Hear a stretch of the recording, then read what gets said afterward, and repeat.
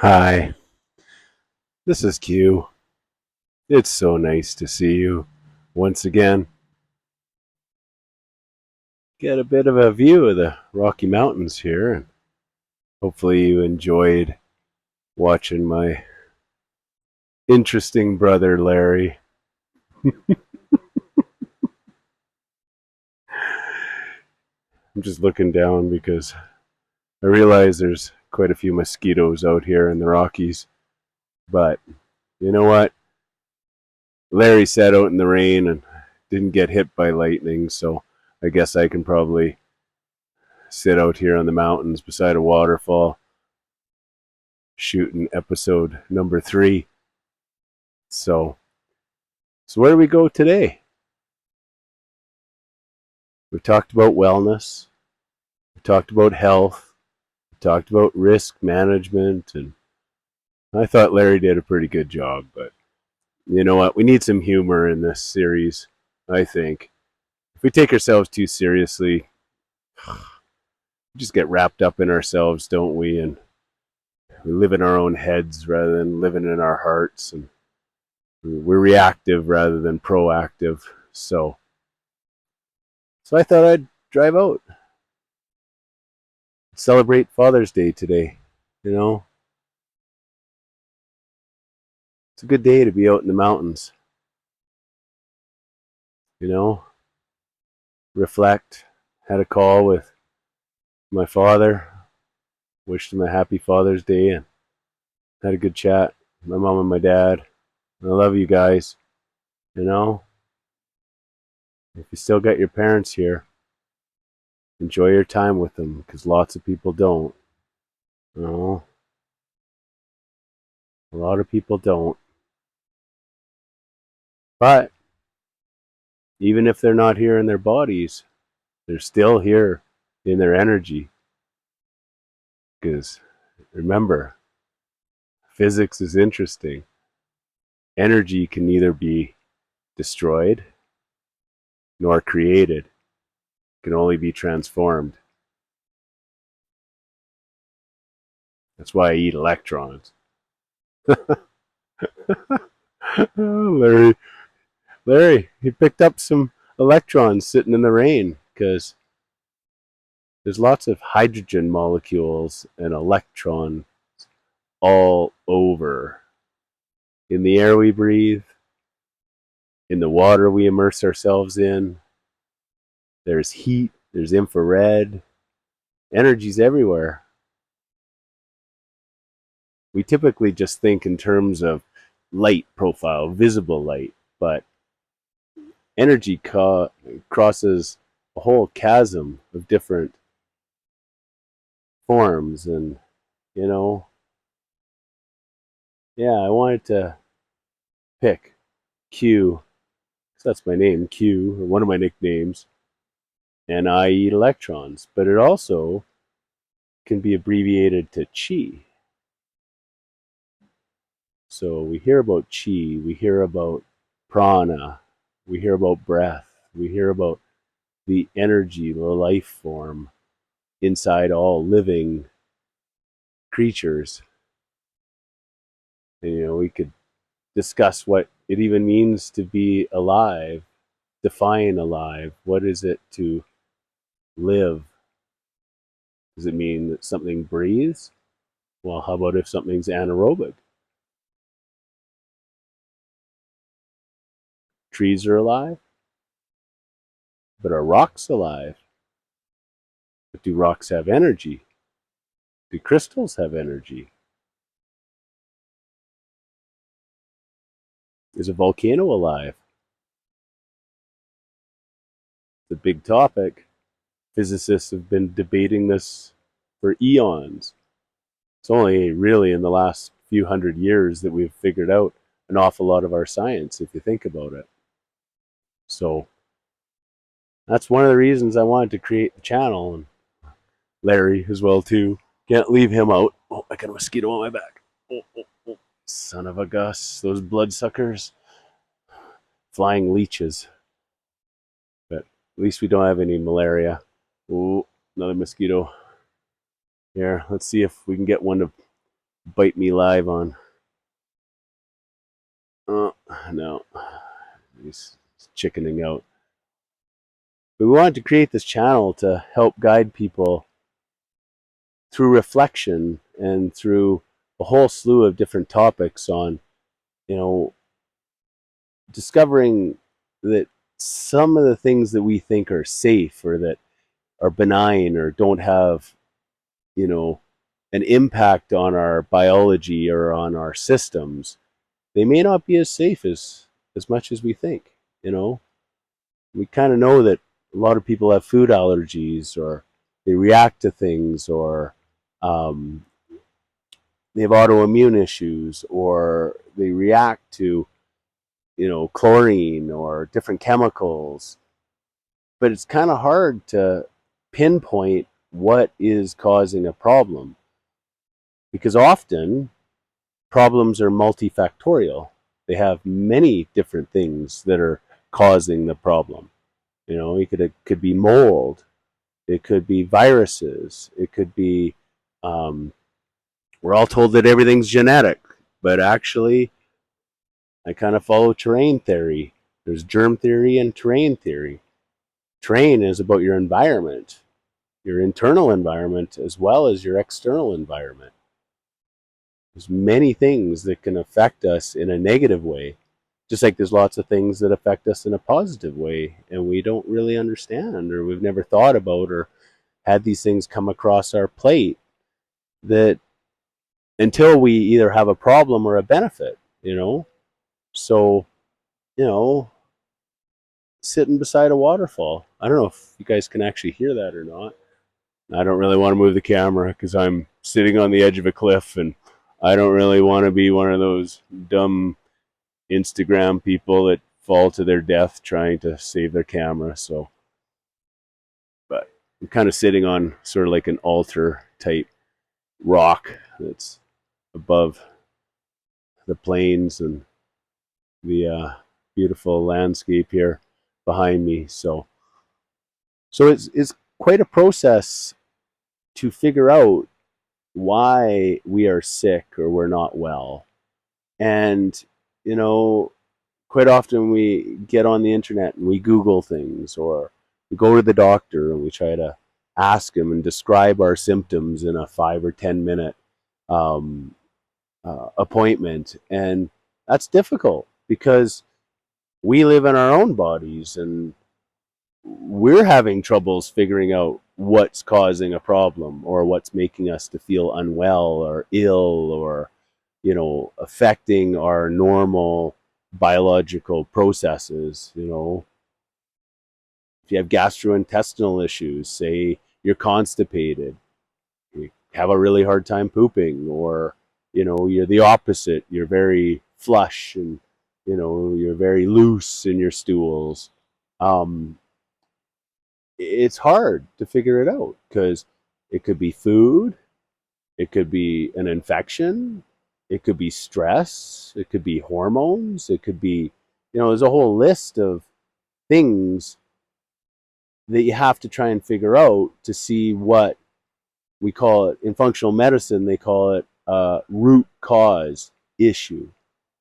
Root Functional medicine is the opposite of allopathic medicine, which is our standard way of practicing medicine, which is, you know, based on germ theory, which is if you're sick or there's a problem, then we have a drug or a pharmaceutical or a treatment that's cause and effect. So if something is causing this, then apply this to affect the causal agent. But because most problems are multifactorial, that doesn't always work. I mean, it does in some cases. If you got a really severe infection, apply antibiotics if it's necessary. Um, but on the other side, vitamin D and, you know, stimulating your immune system and keeping it healthy might also be a treatment. Um, the antibiotics may also have a knock-on effect. You know, they'll wipe out your gut microbiome. Um, which is the trillions of little creatures that reside within our digestive and gastrointestinal tract. We also have an oral microbiome. We have a microbiome inside our brains. We have a microbiome on our skin, you know, and these things all typically run in a balance or a homeostasis. So a homeostatic environment is one that's in balance. So when something goes up, then something else happens and it brings it back into kind of its standard optimal operating procedure or process, or its parameters, if you think of it that way. So, I think really one of the intents of my channel is to explain how these things work from a biological sense, but also from physics, and how different parts of physics affect our biology as well too. Because there's always many unbelievable things that are happening within our body. So we've got our hormone system, we've got our glandular systems, we've got our muscular skeletal systems, we've got our nervous system, we've got, it just goes on and on and on. We've got our whole cognitive and our brain function. We've got layers upon layers and upon layers of systems that all interface and work together to keep everything in balance. So, if things come out of balance, like this mosquito biting me, ouch. That wasn't really ouch, but I hit the back of my glasses. If I get out of balance in my flow while I'm recording, damn mosquitoes, there's quite a few of them. But anyways, that's fine. Hey, they gotta suck their pound of blood. You son of a G! There's a big one. I got him. I got him. Look at that. Proof. You met your maker. I usually try not to kill things, but mosquitoes, cockroaches, I make exceptions, So where was I? When things go out of balance from mosquitoes, or from, could be anything. So typically when we're living our life, we're busy. We get up, we're frazzled, we may not have slept that great, we want to have some coffee, we gotta get some toast in the oven and on the toaster, and get the cereal on the counter and spill the milk, and everything's just usually often out of balance, and when things come out of balance, then we often have a stress reaction. So we end up with a shot of cortisol because we go into fight or flight mode. And when we go into fight or flight mode, that's usually reserved for when we're under huge amounts of stress, or we're in danger, or, we're doing something that we need a high degree of concentration in. But our modern life now is just absolutely full of stress. So, and stress makes us fat. It makes us anxious. It makes us on edge. It raises our blood glucose levels, because we need a lot of glucose when we're stressed. Because if we're going to run away from a lion in the savannah, or if we're, dealing with something that's very strenuous or very energy, has a high energy requirement, or we're going to fight something. I mean, we want adrenaline, we want cortisol, we want to become superhuman almost. But the downside of being stressed or out of balance or out of homeostasis all the time is that it ages our body and it takes its toll on us. It's kind of like running your engine at 8,000 RPMs all the time.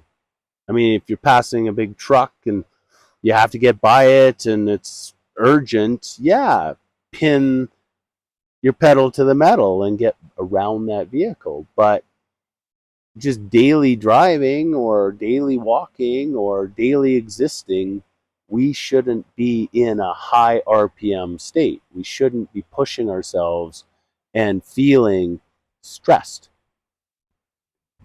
So really, stress, if you think about what is a stress is something that is putting pressure on a system that is pushing that system outside of its optimal running environment, or it's, like too much stress on a bridge, or too much stress on, a key in a lock. If you stress something too much, it may break. And if it breaks, then it's going to need repair. And if it needs repair, that's going to take energy.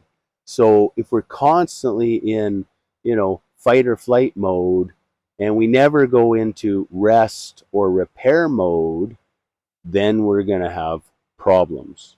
And like Larry was touching on, we come out of wellness. And then that too much out of wellness and too much repair can actually lead into disease. So, metabolic diseases or metabolic dysfunction is when our metabolism is out of order. It's unbalanced. And if you don't know what metabolism is, it's how we make our energy. So we have little in our cells, most of our cells, other than our red blood cells, and I think that's pretty much it. We have mitochondria, and even actually in our plasma in our blood, we've discovered that there's mitochondria that just are independent of any cells in our plasma, our blood system.